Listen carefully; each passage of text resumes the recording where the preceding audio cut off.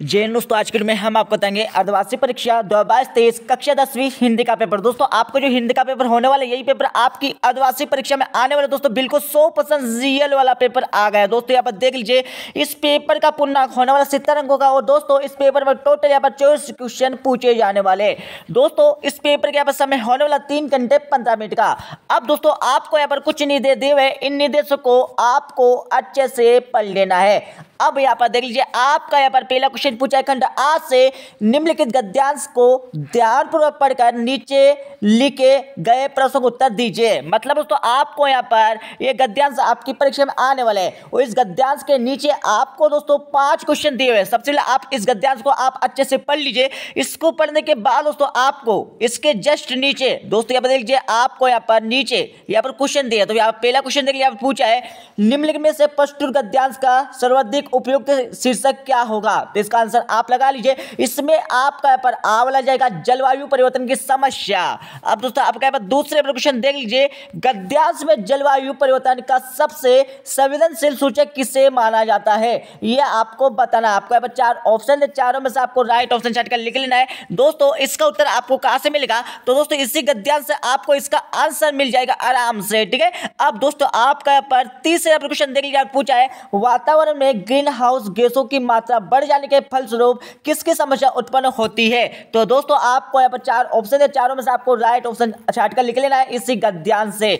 अब दोस्तों आपके पास चौथा क्वेश्चन देख लीजिए, समुद्र के जल स्तर में वृद्धि होने का एक प्रमुख कारण क्या है? दोस्तों आपको यहाँ पर 4 ऑप्शन है, चारों में से आपको राइट ऑप्शन छाट कर लिखना है। इसका आंसर आपको उस ऊपर जो दिया गया दोस्तों गद्यांश, उसमें छाट कर लिखना है। अब दोस्तों आपके 5 क्वेश्चन देख लीजिए, ग्लोबल वार्मिंग से क्या तात्पर्य है? दोस्तों ग्लोबल वार्मिंग से क्या तात्पर्य है ये आपको बताना है। आपको यहाँ पर 4 ऑप्शन है, चारों में से आपको राइट ऑप्शन स्टार्ट कर लिखना है। ऊपर दिए गए दोस्तों गद्यांश में से इनके आंसर मिल जाएंगे। अब दोस्तों आपका यहाँ पर क्वेश्चन 2 देख लीजिए, निम्नलिखित अपठित काव्यांश में से दिए गए प्रश्नों के उत्तर का सही क्रमानुसार अपनी उत्तर पुस्तिका में कोष्ठक बनाकर लिखिए। दोस्तों सबसे पहले आपको यहाँ पर दोस्तों एक अपठित काव्यांश दिया गया है। इस अपठित काव्यांश को आप अच्छे से पढ़ लीजिए, क्योंकि दोस्तों ये आपकी परीक्षा में 5 नंबर का पूछा जाने वाला है। इसको पढ़ने के बाद दोस्तों आपको नीचे क्वेश्चन दिया है। यहाँ पर पहला क्वेश्चन देख लिए, कवि की अभिलाषा है कि? दोस्तों कवि की अभिलाषा क्या है ये आपको बताना है। आपको यहाँ पर 4 ऑप्शन दिए, चारों में से आपको राइट ऑप्शन छाट कर लिखना है। इसका उत्तर आपको दोस्तों ऊपर दिए काव्यांश से छाट कर लिखना है, ठीक है।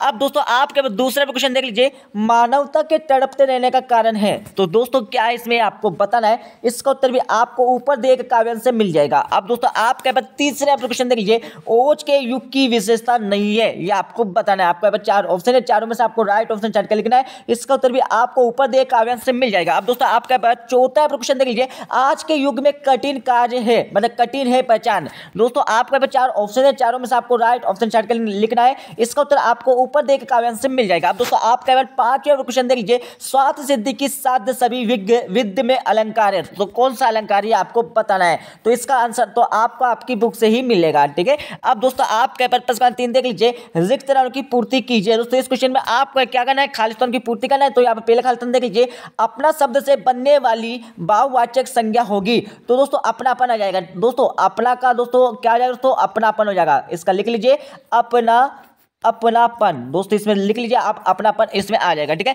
अब दूसरा क्वेश्चन यहाँ पर देख लीजिए, जिस सर्वनाम शब्द का प्रयोग करता स्वयं के लिए प्रयुक्त करता है उसे क्या कहते हैं? दोस्तों उसे क्या कहते हैं ये आपको करना है। तो दोस्तों इसमें आ जाएगा दोस्तों आपका राइट आंसर निजीवाचक। दोस्तों इसमें आ जाएगा दोस्तों निजीवाचक। तो दोस्तों इसमें आ जाएगा आपका निजीवाचक, इसमें आ जाएगा, ठीक है। अब दोस्तों आपके तीसरे खालिस्तान देख लीजिए, विशेषण शब्द संज्ञा या खालिस्तान की विशेषता बताता है। तो क्या दोस्तों संज्ञा और सर्वनाम। दोस्तों इसमें आ जाएगा आपका तीसरे में सर्वनाम आ जाएगा। दोस्तों आप लिख लीजिए इसमें सर्वनाम, इसमें आ जाएगा, ठीक है। अब दोस्तों आपका पर अगला क्वेश्चन देख लीजिए, आप पूछा है, जिस क्रिया के साथ कर्म प्रयुक्त नहीं होता है वह कौन खालिस्तान होती है? तो वह क्या होता है? तो एक कर्मक होती है। दोस्तों इसमें लिख लीजिए आप एक कर्मक, इसमें आ जाएगा, ठीक है। अब दोस्तों आपके पास 5वां खालिस्तान देख लीजिए, परीक्षा शब्द में खालिस्तान उपसर्ग है। दोस्तों परीक्षा शब्द में कौन सा उपसर्ग है? उपसर्ग मतलब दोस्तों जो किसी शब्द के पहले लगता है, ठीक है। तो इसमें आपका दोस्तों परी आ जाएगा। दोस्तों इसमें आपका परी आ जाएगा, उपसर्ग, ठीक है। यहाँ पर दोस्तों 6वां खालिस्तान देख लीजिए, मोहित शब्द में खालिस्तान प्रत्यय मतलब दोस्तों जो पीछे लगता है, ठीक है। तो दोस्तों इसमें क्या हो जाएगा, तो मोहित मोह प्लस ईट। दोस्तों इसमें आ जाएगा मोह प्लस ईट, ठीक है दोस्तों, इसमें राइट आंसर आपका आ जाएगा मोह प्लस ईट, ठीक है, तो इसमें ईट प्रत्यय है, ठीक है। अब दोस्तों हम चलते हैं अगले क्वेश्चन पर। यहाँ पर क्वेश्चन 4 देख लीजिए। यहाँ पर पूछा दोस्तों, निम्नलिखित अति लघु उत्तरीय प्रश्नों का उत्तर लिखिए, प्रत्येक प्रश्न के लिए उत्तर सीमा 20 शब्द है। यहाँ पहला क्वेश्चन पूछा, विसर्ग संधि परिभाषा उदाहरण सहित लिखा। विसर्ग संधि किसे कहते हैं, इसकी परिभाषा आपको उदाहरण के साथ देना है, ठीक है। तो फटाफट दोस्तों इसका आंसर आपकी बुक से देखकर लगा लीजिए। अब दोस्तों आपका पास दूसरा क्वेश्चन यहाँ पर देख लीजिए, बहुब्रीहि समास की परिभाषा लिखिए। दोस्तों बहुब्रीहि समास की आपको यहाँ पर परिभाषा लिखना है, ठीक है। यहाँ पर तीसरा देख लीजिए, आप पूछा है गागर जीती होना मुहावरे का अर्थ लिखिए। दोस्तों यहाँ पर पूछा गागर जीती होना, इसका मुहावरे का अर्थ क्या है आपको बताना है। चौथा देख लीजिए, जो ना मिला भूल उसे कर टू भविष्य वरण, लोकोक्ति का अर्थ लिखिए, इसके लोकोक्ति का आपको अर्थ लिखना है। पांचवा देख लीजिए, कवि देव ने उदय दद्दी की कल्पना क्यों की है। यहाँ पर अगला देख लीजिए दोस्तों, आपको छठा दिया है, कैप्टन नेताजी की मूर्ति पर चश्मा क्यों लगा था, ये आपको बताना है। दोस्तों सातों देख लीजिए, घंटों की सुंदरता का क्या कारण है, आपको बताना है। आठों देख लीजिए, दुलारी के व्यक्तित्व की कोई दो आपको विशेषता लिखना है। फटाफट दोस्तों आप इनके आंसर लगा लीजिए, आपकी बुक से लगा लीजिए और एक बार पढ़ लीजिए बस, जिसमें दोस्तों आपको यहाँ पर इस क्वेश्चनों के आंसर अच्छे से याद हो जाएंगे। अब दोस्तों आपके खंड 12 से यहाँ पर क्वेश्चन देख लीजिए, प्रश्न संख्या 5 से 15 में किन्हीं 9 प्रश्नों को उत्तर लिखिए। दोस्तों आपको क्वेश्चन 5 से लेकर यहाँ पर दोस्तों जो आपके 15 तक जो क्वेश्चन दिए दोस्तों, आपको 9 क्वेश्चन दिए, 9 में सिर्फ आपको दोस्तों यहाँ पर दोस्तों क्वेश्चन 5 से लेकर 15 तक आपको क्वेश्चन दिया दोस्तों। यहाँ पर देख लीजिए, तो आपका पहला क्वेश्चन दिया है, गोपियों ने उद्धव से योग की शिक्षा कैसे लोगों को देने की बात की है। छठा कर देख लीजिए, साहस हो शक्ति के साथ विनम्रता हो तो बेहतर है, इस कथन पर आप अपने विचार लिखिए।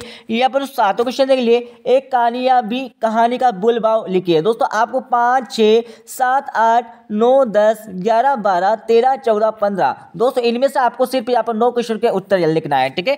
अब दोस्तों आप देख लीजिए, आपके खंड 7 से क्वेश्चन देख लीजिए, आपको 16 क्वेश्चन पूछा है, जयशंकर प्रसाद के व्यक्तित्व एवं कृतित्व संक्षेप लिखिए। आपको क्वेश्चन पूछा है, कवि ऋतुराज का व्यक्तित्व व कृतित्व संक्षेप में लिखिए। अब दोस्तों यहाँ पर देख लीजिए, आपका 17 क्वेश्चन दिखा है, यहाँ पर दिया है दोस्तों, महावीर प्रसाद द्विवेदी का व्यक्तित्व एवं कृतित्व संक्षेप लिखिए। आपको क्वेश्चन पूछा है, यतीन्द्र मिश्र का व्यक्तित्व व कृतित्व संक्षेप आपको लिखना है। अब दोस्तों हम चलते हैं खंड 10 पर, आपका 18 क्वेश्चन देख लीजिए, निम्नलिखित पठित काव्यांश की सप्रसंग वाक्य कीजिए। दोस्तों ये आपकी परीक्षा में 3 नंबर का पूछे जाने वाला है। सबसे पहले इस क्वेश्चन में क्या करना है दोस्त, सबसे पहले आपको इस क्वेश्चन में संदर्भ लिखना होगा, संदर्भ के बाद दोस्तों आपको प्रसंग लिखना होगा, प्रसंग के बाद दोस्तों आपको यहाँ पर वाक्य करना होगा, ठीक है। तो आपको इस क्वेश्चन में 3 बातें यहाँ पर लिखना होगा, ठीक है, परीक्षा में, ठीक है। उसके बाद दोस्तों आप लिख लीजिए, आपका यहाँ पर इस क्वेश्चन का यहाँ पर अतो क्वेश्चन दिया है, तो इसको भी आप लगा सकते हो, लिख सकते हो, याद कर सकते हो, ठीक है।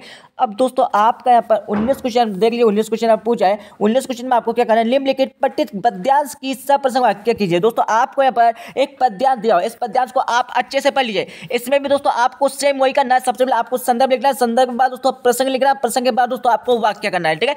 अब दोस्तों आपका खंड यहाँ से क्वेश्चन देख लीजिए, आपका पूछा दोस्तों यहाँ पर देख लीजिए, प्रश्न संख्या 20 व 21 की उत्तर सीमा 60 शब्द है। दोस्तों आपको 20 और 21 इनकी शब्द सीमा आपके दोस्तों यहाँ पर 60 शब्दों में इनके उत्तर लिखना है। ये आपकी परीक्षा में 3-3 नंबर का आने वाला है, ठीक है। तो दोस्तों यहाँ पर देख लीजिए, आपके यहाँ पर 20-21 क्वेश्चन हो गए। अब दोस्तों हम चलते हैं यहाँ पर अगले क्वेश्चन पर, यहाँ पर खंड रा पर चलते हैं। यहाँ पर देख लीजिए 22 क्वेश्चन पूछा है, निम्नलिखित में से किसी एक विषय पर लगभग 300 से लेकर 350 शब्दों में एक निबंध लिखना है। दोस्तों आपको बहुत सारे यहाँ पर विषय दिए, तो यहाँ पर पहला विषय देख लीजिए, राष्ट्र निर्माण में युवकों का योगदान, तो आपको तो इन बिंदुओं के माध्यम से दोस्तों आपको इसका निबंध लिखना है। या बावला देख लीजिए, विद्यार्थी जीवन में नैतिक शिक्षा की उपयोगिता, तो दोस्तों आपको यहाँ पर बहुत सारे यहाँ पर ऑप्शन दिए, तो इनका आधार पर दोस्तों आपको इस पर निबंध लिखना है। यहाँ पर सावल देख लीजिए और दावल देख लीजिए, आपको किसी एक विषय पर निबंध लिखना है, ठीक है। अब दोस्तों आपका यहाँ पर 23 क्वेश्चन देख लीजिए, 23 क्वेश्चन आपको क्या करना है दोस्तों, 23 क्वेश्चन आपको क्या करना है, स्वयं को राजकीय उच्चतर माध्यमिक विद्यालय वसंतपुर का विद्यार्थी वयंक मानते हुए प्रधानाचार्य को पुस्तकालय की व्यवस्था सुधार है, तो एक प्राथमिक आपको लिखना है। तो क्वेश्चन यहाँ पर देख लीजिए, इसमें आपको बधाई पत्र लिखना है, ठीक है। तो फटाफट दोस्तों एक क्वेश्चन याद कर लीजिए। अब दोस्तों आपका यहाँ पर 24 क्वेश्चन देख लीजिए, इस पेपर का हमारा लास्ट क्वेश्चन बचा दोस्तों। इस क्वेश्चन में क्या करना है आपको यहाँ पर देख लीजिए, पर्यावरण के प्रति जागरूकता बढ़ाने के लिए लगभग 25 से लेकर 50 शब्दों में एक विज्ञापन तैयार कीजिए। तो क्वेश्चन पूछा है, विद्यालय के महोत्सव के अवसर पर विद्यार्थी द्वारा निर्मित हस्तकला की वस्तुओं की प्रदर्शनी के प्रचार हेतु लगभग 23 से लेकर 50 शब्दों में एक विज्ञापन आपको देना है। तो फटाफट दोस्तों आपको दोनों में से एक क्वेश्चन का आंसर याद करना है, ठीक है। तो दोस्तों ये आपका यहाँ पर कक्षा 10 का हिंदी का पेपर कंप्लीट होगा। इस पेपर को याद कर लीजिए, जिससे दोस्तों आप यहाँ पर अर्धवार्षिक परीक्षा में 70 अंक लेकर आ जाएंगे, ठीक है दोस्तों। मिलते हैं अगले वीडियो में। जब जय हिंद, वंदे मातरम।